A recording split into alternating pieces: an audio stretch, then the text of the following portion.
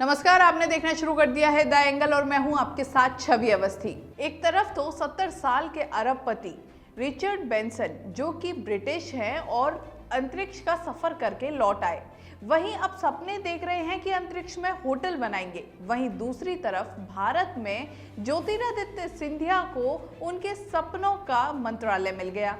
दरअसल मोदी मंत्रिमंडल विस्तार हुआ और इस दौरान ज्योतिरादित्य सिंधिया को उड्डयन मंत्री बना दिया गया। लेकिन इन्हीं सभी घटनाओं के बीच अचानक से सचिन पायलट ट्रेंड होने लगे।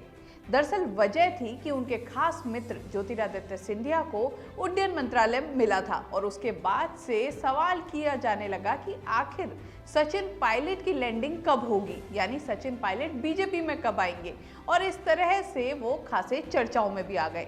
इन्हीं सभी घटनाक्रमों के बीच राजस्थान में वापस आते हैं तो राजस्थान में भी बयानबाजी का दौर तेज हो गया। लंबे समय से पायलट गुट और सचिन पायलट गुट एक दूसरे के सामने आक्रामक बना हुआ है और इन दिनों मंत्रिमंडल विस्तार की चर्चाएं जैसे ही राजस्थान में उठने लगी, बयानबाजियों का दौर तो मानिए तेज हो गया और ऐसा ही कुछ इन दिनों नजर भी आ रहा है। हाल ही में मुख्यमंत्री अशोक गहलोत के समर्थक विधायक बाबूलाल नागर का एक बड़ा बयान आया। नागर ने सचिन पायलट के ऊपर सवाल खड़े कर दिए। नागर ने कहा कि जिस तरह से कांग्रेस की स्थिति थी विधानसभा चुनाव में और जिस तरह से बीजेपी की स्थिति खराब हो चुकी थी चुनाव में, उस हिसाब से कांग्रेस को तो 150 सीट मिलनी चाहिए थी, लेकिन 99 सीटों पर कांग्रेस कैसे सिमट गई। अब इसी सवाल के साथ खुद बाबूलाल नागर ने सचिन पायलट पर एक बड़ा सा क्वेश्चन मार्क लगा दिया। जैसे ही यहाँ पर ये सवाल दागा गया तो इसके साथ ही पलटवार भी आना लाजमी था और वो पलटवार आया पायलट गुट की तरफ से वेद प्रकाश सोलंकी की ओर से। हाँ, एक बात अलग है कि वेद प्रकाश सोलंकी भी उसी दिन सुबह सचिन पायलट से मिल चुके थे, उनकी मुलाकात हो चुकी थी, तो एक बात लाजमी है कि इस विषय में भी चर्चा हुई होगी। वेद प्रकाश सोलंकी का बयान आया, उन्होंने बाबूलाल नागर पर कई सवाल खड़े किए, साथ ही कहा कि नागर जो आरोप लगा रहे हैं कि नागर का टिकट या फिर कई लोगों का टिकट सचिन पायलट की वजह से कटा था, ऐसा था ही नहीं। अब वेद प्रकाश सोलंकी ने साफ कहा कि उनके नेता सचिन पायलट है और सचिन पायलट की वजह से ही राजस्थान में कांग्रेस की सरकार बनी है। अब दोनों ही गुट आमने सामने लंबे समय से हैं और दोनों का ही अपना अपना कहना है। वही पायलट गुट हमेशा से कहता रहा है कि राजस्थान में जो सरकार बनी है वो सचिन पायलट की तरफ से है। वहीं जिस तरह से बाबूलाल नागर ने कहा, उनका साफ तौर पर कहना था कि जो सरकार बनी है वो कार्यकर्ताओं की तरफ से बनी है, नेताओं की मेहनत से बनी है, किसी एक लीडर की वजह से सरकार नहीं बनी है। तो आपस में दोनों गुटों का टकराव लंबे समय से जारी है।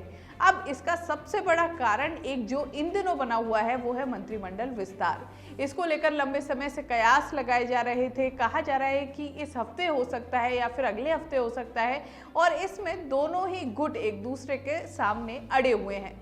सचिन पायलट गुट का कहना है कि उनके ज्यादा से ज्यादा लोगों को जगह मिलनी चाहिए, वहीं गहलोत गुट का कहना है कि ऐसा नहीं होना चाहिए, ऐसा होता है तो जो लोग समर्थन में आए थे, जिन लोगों ने साथ दिया था मुसीबत के वक्त, उन लोगों का भरोसा उठ जाएगा। कुल मिला के देख सकते हैं कि राजस्थान की राजनीति इस समय उस भट्टी की तरह बनी हुई है, उस जलती हुई भट्टी की तरह बनी हुई है जिसमें आग तो झुलस रही है और कभी भी ये आग बढ़ सकती है और इसमें घी का काम करेगा मंत्रिमंडल विस्तार। अब ऐसे में सचिन पायलट ने लंबे समय से एक अलग ही चुप्पी साधी हुई है। सचिन पायलट खुद कुछ नहीं कह रहे, उनके साथ के विधायकों के बयान अलग अलग आ रहे हैं, लेकिन सचिन पायलट की अब इस चुप्पी को लेकर भी सियासी गलियारों में सवाल उठने लाजमी है। सचिन पायलट की इस चुप्पी को लेकर कहा जाने लगा है कि जब से सचिन पायलट दिल्ली से वापस आए हैं, दिल्ली जब सचिन पायलट गए थे तो सबसे बड़ा वाकया ये हुआ था कि वो वहां प्रियंका गांधी और राहुल गांधी से मिलने गए थे, जैसा कि सियासी गलियारों में चर्चा है। लेकिन कहा तो ये जा रहा है कि दोनों से ही उनकी मुलाकात नहीं हो पाई और दोनों ने ही मिलने से इनकार कर दिया, जिसके बाद से ही सचिन पायलट ने एक कोप भवन धारण कर लिया है, एक कोप भवन में जाकर बैठ गए हैं।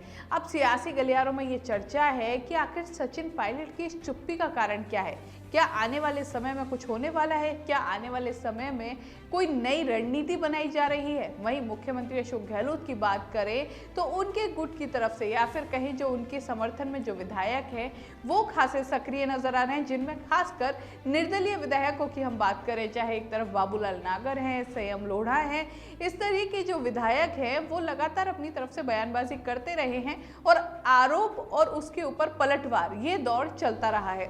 अब देखना होगा कि राजस्थान की जो ये राजनीति इतने दिलचस्प मोड़ पर आ गई है, जहां एक दूसरे के सामने हर रोज बयानबाजी हो रही है, वहां आने वाले समय में जब मंत्रिमंडल विस्तार होता है तो किस तरीके का रुख रहेगा और किसके पक्ष में क्या कुछ आएगा, किसका पलड़ा भारी रहेगा और किसकी झोली खाली रह जाएगी। इस तरह की खबरों के लिए द एंगल देखते रहिए। चैनल को जरूर सब्सक्राइब कीजिए। वीडियो पसंद आए तो शेयर करना ना भूलें। नमस्कार।